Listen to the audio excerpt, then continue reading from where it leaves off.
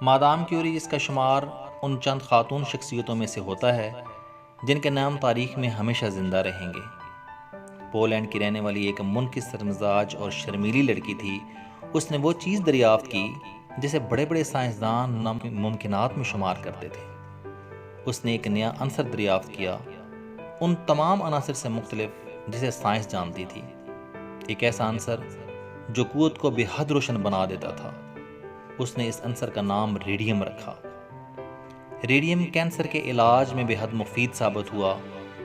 Cancer کے لاکھوں مریض یا تو مستقل طور پر صحت یاب ہو گئے یا پھر ان کی بیماری میں کمی واقع ہو گئی اور ان کی زندگیوں میں کئی برس کا اضافہ ہو گیا۔ لیکن جب مستقبل کی مادام کیوری پیرس کی یونیورسٹی میں فزکس اور ریاضی کا مطالعہ کر رہی تھی تو وہ اس قدر مفلس ہوا کرتی تھی کہ اکثر بھوک کے مارے بے ہوش ہو جاتی تھی۔ اگر اسے ان دنوں یہ معلوم ہو جاتا کہ 50 برس بعد ایک فلم کمپنی 2 لاکھ پاؤنڈ خرچ کر کے اس کی زندگی کے متعلق ایک فلم بنائے گی تو کیا اسے حیرت نہ ہوتی؟ اگر اسے پہلے ہی معلوم ہو جاتا کہ وہ واحد ایسی شخصیت ہوگی جسے سائنس کی خدمات کے عوض 2 مرتبہ نوبل پرائز ملے گا تو کیا اسے حیرت نہ ہوتی؟ پہلی مرتبہ اسے 1903 عیسوی میں فزکس میں نمایاں کام کرنے پر اور پھر 1911 عیسوی میں کیمسٹری میں نمایاں کام کرنے پر نوبل پرائز ملا۔ لیکن یہ حقیقت ہے کہ اگر جوانی میں پولینڈ کا ایک خوشحال کنبہ اس کی بےزتی نہ کرتا تو وہ نہ ہی سائنسدان بنتی اور نہ ہی ریڈیم دریافت کر سکتی۔ ہوا یوں کہ جب وہ 19 برس کی ایک نوجوان لڑکی تھی تو پولینڈ کے ایک خوشحال کنبے نے اپنی ایک 10 سالہ لڑکی کی تعلیم و تربیت کے لیے اسے گھر ٹیوٹر رکھ لیا۔ جب اس کنبے کا لڑکا کرسمس کی چھٹیوں میں گھر آیا تو اس نوجوان ٹیچر کے اچھے آداب اور شاعرانہ خیالات اور حس و مزاح سے بڑا متاثر ہوا۔ اسے اس سے محبت ہو گئی اور اس نے مستقبل کی مادام کیوری سے شادی کی خواہش کا اظہار کیا۔ لیکن جب لڑکی کی والدہ نے یہ خبر سنی تو وہ تقریباً بے ہوش ہو گئی۔ اس کے باپ نے شور برپا کر کے سارا گھر سر پر اٹھا لیا۔ یہ کیا؟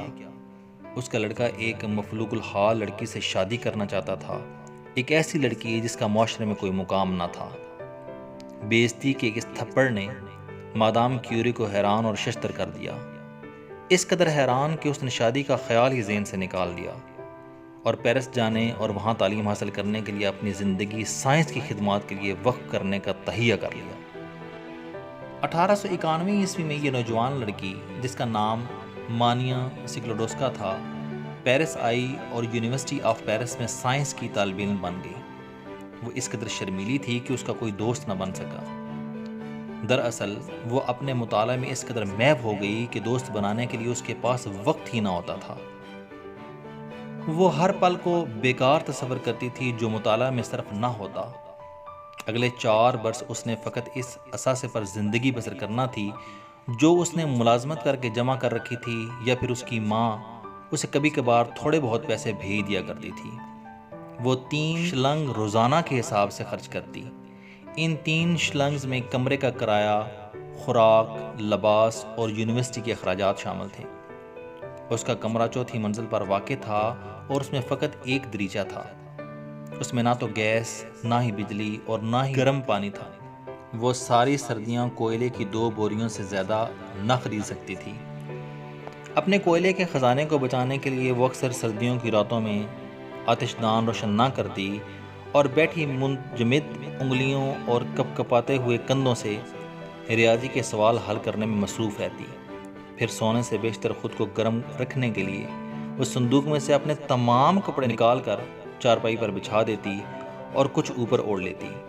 اس پر بھی اس کی سردی کم نہ ہوتی تو وہ کرسی پکڑ کر اسے اپنے اوپر رکھ لیتی تاکہ اس کے وزن سے اسے کم سردی محسوس ہو۔ اسے اپنا چھوٹا موٹا کھانا بھی خود ہی بنانا پڑتا، لیکن کھانا کھانے میں وہ جو وقت صرف ہوتا مادام کیوری کے نزدیک وہ ضائع ہو جاتا۔ وہ کئی ہفتے فقط مکھن اور ڈبل روٹی پر گزارا کرتی۔ اکثر اس کا سر چکرانے لگتا اور وہ بستر پر گر کر بے ہوش ہو جاتی۔ جب وہ ہوش میں آتی تو اپنے آپ سے کہتی کہ میں بے ہوش کیوں ہوئی تھی۔ وہ یہ تسلیم کرنے کے لیے تیار ہی نہ تھی کہ اس کی بیماری کی وجہ فاقہ ہے۔ ایک دفعہ وہ کلاس روم میں بے ہوش ہو گئی اور جب اسے ہوش آیا تو اس نے ڈاکٹر کے سامنے تسلیم کر لیا کہ وہ کئی روز سے سوکھی روٹیوں پر گزارا کر رہی تھی۔ لیکن ہمیں اس طالبہ کے حال زار پر زیادہ افسوس نہ کرنا چاہیے۔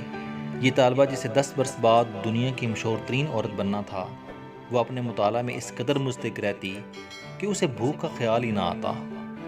3 برس بعد مانیا سکلوڈوسکا نے پیرس میں ایک ایسی شخصیت سے شادی کر لی جو فقط اسی کے ساتھ خوش رہ سکتی تھی۔ وہ شخص بھی اس کی طرح سائنس کا دیوانہ تھا۔ اس کا نام پیٹری کیوری تھا۔ اس وقت اس کی عمر فقط 35 برس کی تھی، اور اس کے باوجود اس کا نام فرانس کے نامور سائنسدانوں میں شمار ہوتا تھا۔ جس روز انہوں نے شادی کی، ان کی دنیاوی جائیداد فقط 2 سائیکل تھے۔ وہ ہنی مون منانے کے لیے اپنے سائیکلوں پر فرانس کے دیہات میں نکل گئے۔ وہ ڈبل روٹی، پنیر اور پھل کھاتے ہوئے اور رات کو ایسے سراؤں میں سوتے جہاں شمعوں کی روشنیوں سے خستہ حال دیواروں پر عجیب و غریب سائے رینگتے رہتے۔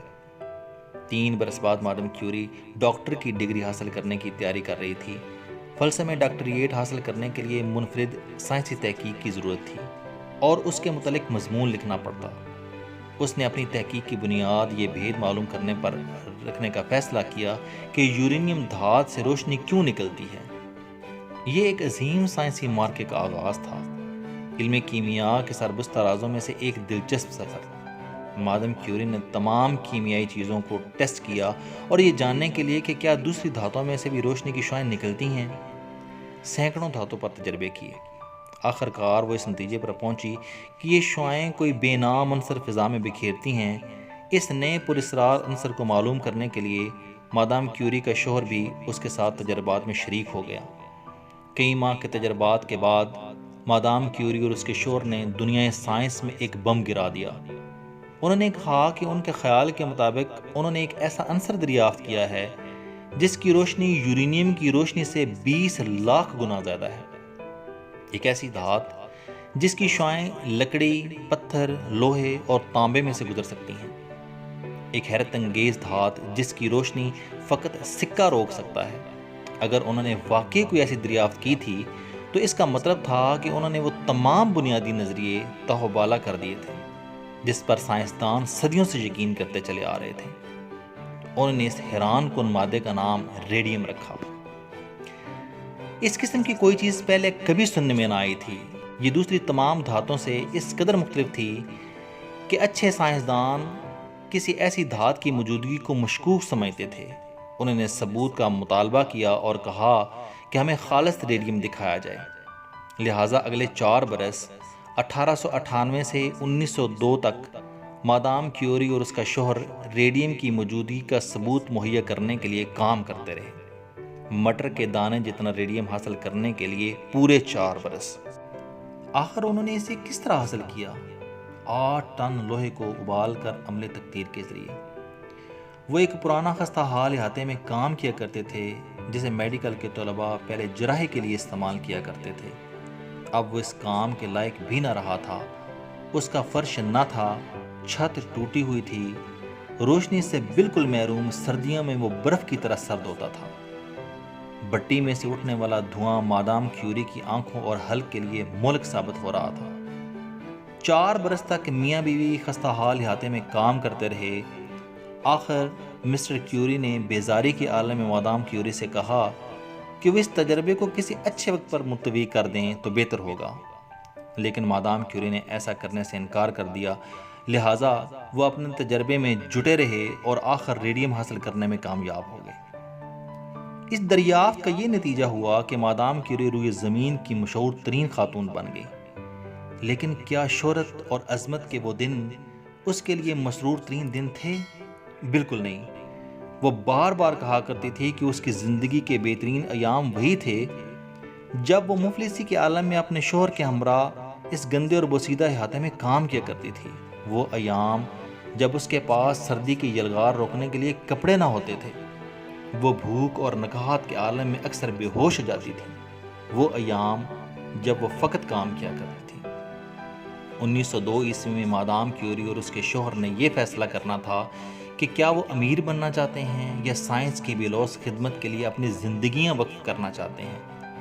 اس وقت تک یہ دریافت ہو چکا تھا کہ ریڈیم کینسر کے علاج میں بے حد مفید ثابت ہو سکتا ہے۔ ریڈیم کی مانگ روز بروز بڑھتی جا رہی تھی اور اسے تیار کرنے کا طریقہ دنیا میں فقط مادام کیوری اور اس کے شوہر کو معلوم تھا۔ وہ اپنی ایجاد کے حقوق کسی کمپنی کے پاس لاکھوں پاؤنڈ میں فروخت کر سکتے تھے۔ چونکہ ریڈیم کو ایک نفع بخش تجارت بنایا جا رہا تھا، لہٰذا اگر مادام کیوری اسے کسی کمرشل کمپنی کے ہاتھوں فروخت کر دیتی تو کسی کو کوئی اعتراض نہ ہوتا۔ اس طرح حاصل ہونے والی رقم اس کے بچوں کے لیے مالی تحفظ کا سامان بن جاتی اور وہ آئندہ تحقیق کے لیے ایک شاندار تحقیقی درسگاہ بھی بنا سکتی تھی۔ لیکن یہ جان کر انسانی فطرت پر انسان کا اعتماد اور بڑھ جاتا ہے کہ مادام کیوری نے اپنی ایجاد کے عوض ایک پائی بھی قبول کرنے سے انکار کر دیا کہ یہ سائنس کے جذبے اور مقصد کے برعکس ہے۔ اس کے علاوہ ریڈیم کو ایک مہلک مرض کے بطور مفید ہتھیار کے استعمال کیا جا رہا ہے، اس لیے مجھے اس صورت سے ناجائز فائدہ نہ اٹھانا چاہیے۔ اس طرح اس نے اپنی غیر معمولی غرضی کا مظاہرہ کرتے ہوئے امارات کے بجائے انسانی خدمت کا راستہ پسند کیا۔